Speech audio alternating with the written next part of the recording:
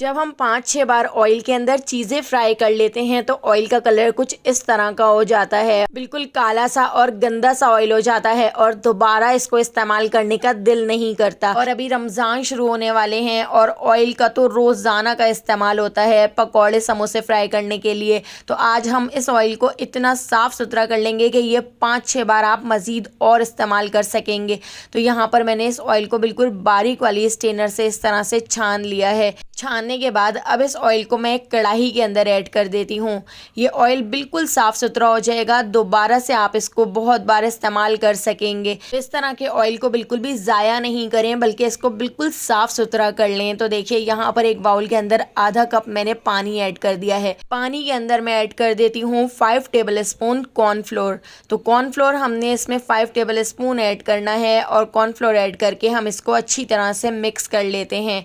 हमने इसको इतना मिक्स कर लेना है कि कॉर्नफ्लोर की सारी गुठलियाँ ख़त्म हो जाएं। तो इस तरह से आप देख सकते हैं मैंने अच्छी तरह से इसको मिक्स कर लिया है।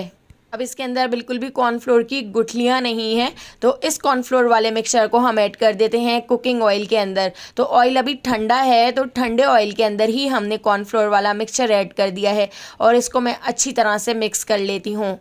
और मिक्स करने के बाद अब हम इसको गैस के ऊपर पकने के लिए रख देते हैं। तो लो से थोड़े से ज़्यादा फ्लेम पर मैंने इस तरह चमचा चलाते हुए इसको पकने के लिए रख दिया है।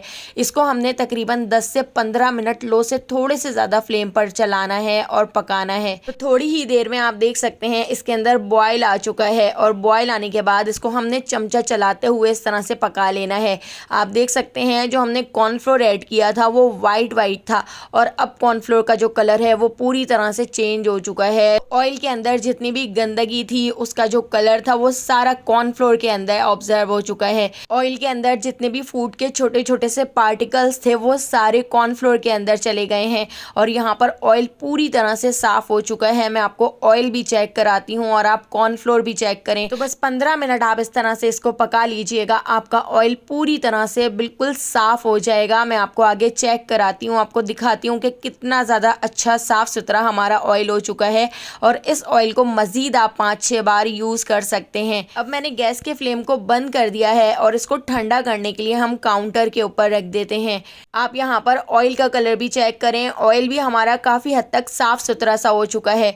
तो इस ऑयल को ठंडा करने के बाद मैंने एक बाउल के अंदर छान लिया था। तो मैंने बाउल के ऊपर एक स्ट्रेनर रख लिया है और स्ट्रेनर के अंदर हम इस ऑयल को छान लेते हैं। तो आप यहाँ पर देखिए कितना ज़बरदस्त सा हमारा ऑयल साफ़ सुथरा हो चुका है। तो रमज़ान में जब आप भी ऑयल के अंदर चीज़ें फ्राई कर लें और आपको ऐसा लगे कि आपका ऑयल गंदा सा होने लगा है तो आप इस तरह से ऑयल को साफ़ सुथरा कर सकते हैं। अगर आपको ये वीडियो पसंद आई हो तो लाइक, शेयर और सब्सक्राइब कर दीजिएगा और बेल आइकन के नोटिफिकेशन को ज़रूर ऑन कीजिएगा। आने वाली वीडियो तक मुझे दीजिए इजाज़त। अल्लाह हाफ़िज़।